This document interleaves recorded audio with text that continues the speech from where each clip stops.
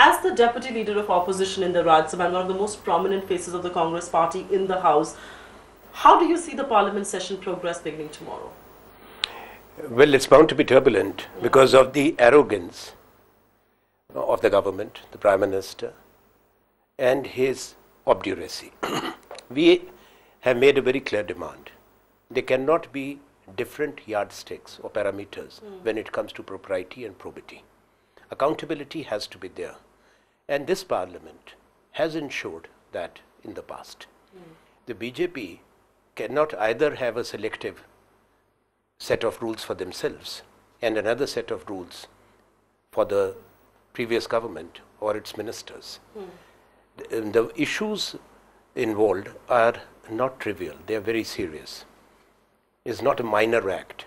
For example, if you have External Affairs Minister clandestinely facilitating issuance of British travel documents for a person who is wanted by law enforcement agencies in India.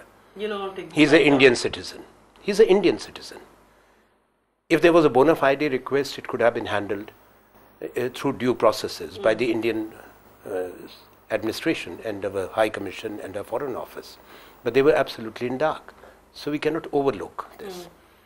Because if there was a bona fide case, they could have taken a decision on their own. Second, about the Chief Minister of Rajasthan, giving an affidavit again to the British authorities, to the courts there, in support of the same person, Mr. Lalit Modi.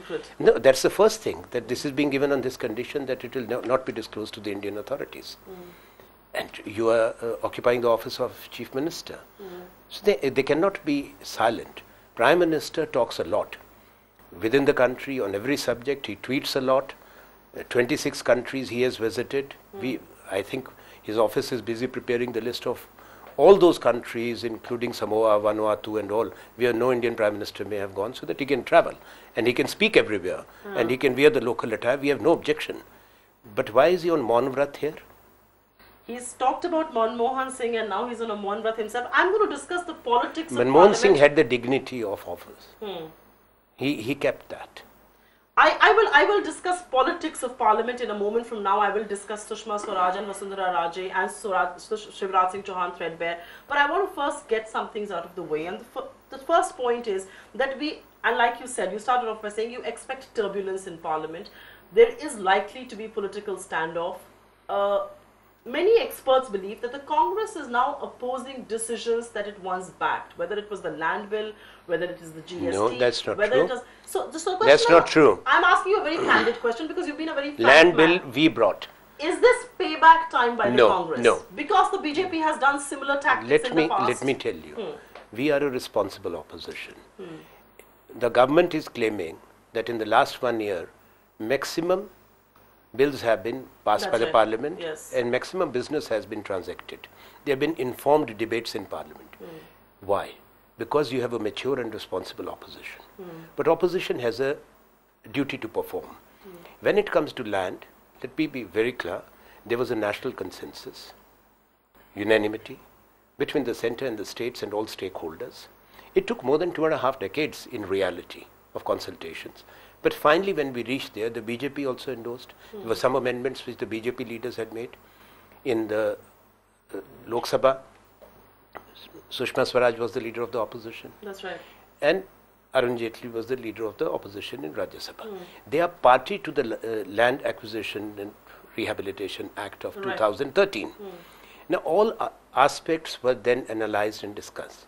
If there was any issue or any clarificatory change, clarificatory I'm saying, that could have been discussed.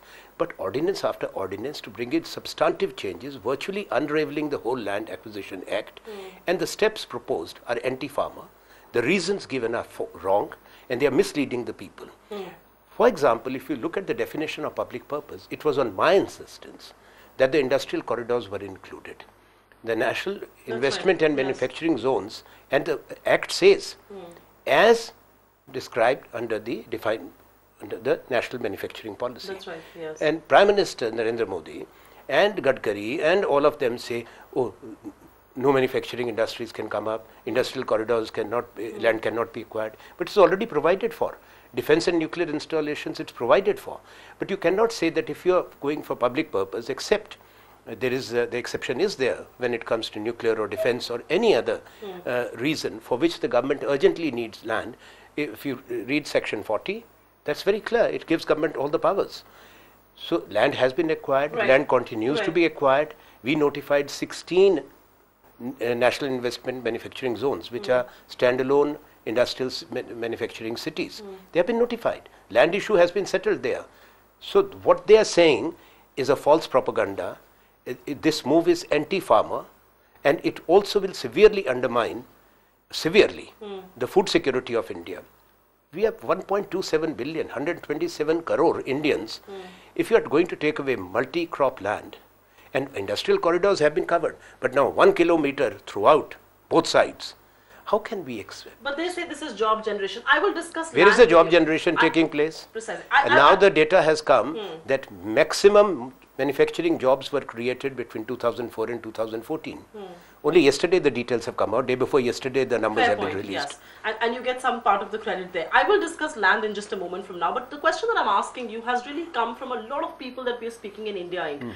They say that at one level the government has arrogance of numbers. They have vitiated the environment by bringing one ordinance after the other. At another level there is political grandstanding by the main opposition, which is the Congress party. At fate really is the economic future of India, the economy of the country. Who is going to bat for that in this session of Parliament? Let me tell you. For 10 years, the BJP opposed. Let's put the record straight. Right. They opposed the GST. Who led the charge against the GST? The Chief Minister of Gujarat, then Chief Minister, who is now the Prime Minister, Narendra Modi. Fine. Who opposed the FDI in insurance? Who opposed the FDI in civil aviation? Who opposed the FDI in multi-brand retail? If today the insurance bill was passed, it was because of us. So it's not grandstanding. We know the country's interest. But at the same time, we cannot have half-baked things endorsed. If you look at GST, the empowered committee of the finance ministers is still meeting. That's right. The details have not been worked out as to what will be the central GST, what will be the state GST. This is a constitutional amendment bill, a very important one. After India's independence, for the first time, you are going to bring about a revolutionary change in the taxation system. Now, the way they are moving, that will make our GST the highest in the world, number one. Now, they have, besides covering the revenue loss factor for the states which will lose, I'm talking of the manufacturing states to non-manufacturing states, so manufacturing states will be compensated. But then 1% tax will be a cascading, 1% additional levy. I understand that. Because at every transaction, every stage, 1% will get added. So just imagine. Is this going to disrupt the market? If you want to create a common market, then do it correctly. Go by the universal standards. Number two, why keep important things out of it? You mean the petroleum and the alcohol? For whose benefit? When states are to be compensated for any revenue loss, then why petroleum is out? Why electricity is out? Why alcohol is out? Now, you look at today the petroleum prices, the crude prices are almost half of what they were when we were in office. Yes. But the consumers are paying just few rupees less. The benefits have not been passed on. And now you're creating a situation like it has happened now, that when the prices were reduced of petrol and diesel by 2-3 rupees recently, last week, the Delhi government increased them. Up, yes. Now, are you going to allow this situation and say that we have created a common market? And same thing happens for alcohol. Alcohol generates the maximum amount of black money. I want to ask the Prime Minister directly, why is he keeping alcohol out? Because if it is regulated, registered, the states will get more revenue. There will be more money in the pool to share. Just to be the devil's advocate here, they say we are keeping alcohol and petroleum product out because this is the beginning. This is the first step we're taking towards the GST. States were not coming on board if we hadn't kept these. No, but let me tell you, then how are you creating a common market? Petrol and diesel, they are imported. So crude is imported by India. That's Fine. Right. Yes. So who gains from when it comes to customs and the other levies? The central government. State only make money out of VAT or the state tax. Now, are we being fair and honest? Fair to the people of India and to the consumers. You will have the highest GST in the world.